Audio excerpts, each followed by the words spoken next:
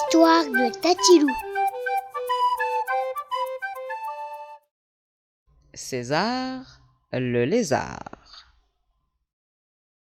Dans le bas du jardin, dissimulée entre les pierres du vieux muret, se trouvait une porte, une toute petite porte devant laquelle le visiteur devait faire preuve d'une infinie patience, s'annoncer au moins 10 fois de suite, pour qu'enfin elle s'entr'ouvre sur une petite tête effarouchée qui disait « Tu m'as fait peur. Tu sais comment c'est dans le jardin. Il faut être prudent. » et le visiteur de répondre quelque chose comme « Mais enfin, César, qui veux-tu que ce soit? » mais en pensant « Vraiment, quel froussard, ce lézard! » Bien que le comportement étrange de César n'étonnât plus guère son voisinage, il surprenait toujours les autres par sa drôlerie. Pour assister au spectacle de ses gesticulations, il suffisait de le réveiller au milieu de sa sieste. Il sursautait alors si vivement et décampait avec tant d'ardeur qu'avant même de lui dire « Oh, pardon !» sa porte était déjà verrouillée à triple tour. Or, à propos de porte verrouillée, il lui arriva un jour une histoire sans queue ni tête. Et d'ailleurs sans queue plutôt que sans tête. Ce jour-là donc, il y avait une fête dans le jardin.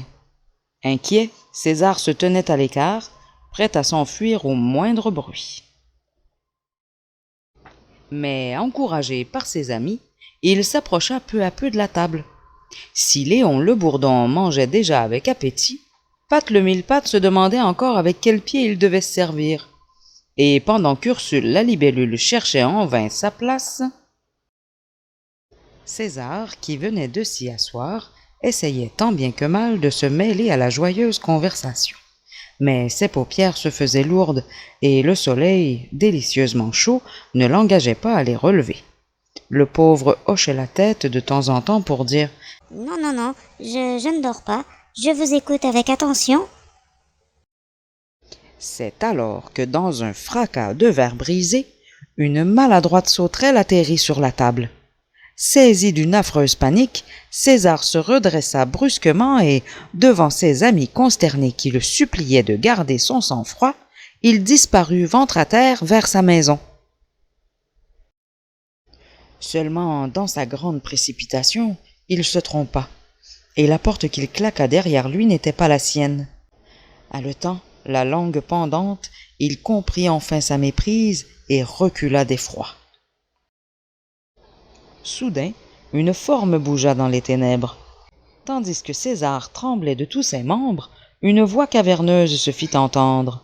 « Approche, courageux visiteur !» Et là, au lieu de s'enfuir, le lézard, raidi par l'épouvante, tomba à la renverse inanimé. « Eh bien, courageux visiteur, » dit Dolly la chauve-souris en examinant le pauvre lézard. « il ne faut pas avoir peur. Même si tout le monde dans le jardin m'appelle le vampire, je ne suis pas bien terrifiante. » Malheureusement, l'écho qui résonnait reprenait avec insistance. « Vampire, vampire, terrifiante, terrifiante. » À ces mots, César rassembla le peu de force qui lui restait et, d'un bond, se précipita vers la porte. « Ne t'en va pas, reviens !» implora la chauve-souris en le retenant. Mais le lézard se débattit avec tant de vigueur que le bout de sa queue se brisa. Alors, sans demander son reste et profitant du désarroi de la chauve-souris, il lui faussa compagnie. Puis, il courut rejoindre ses amis en répétant sans cesse « Comme ils vont me trouver courageux, mais comme ils vont me trouver courageux !»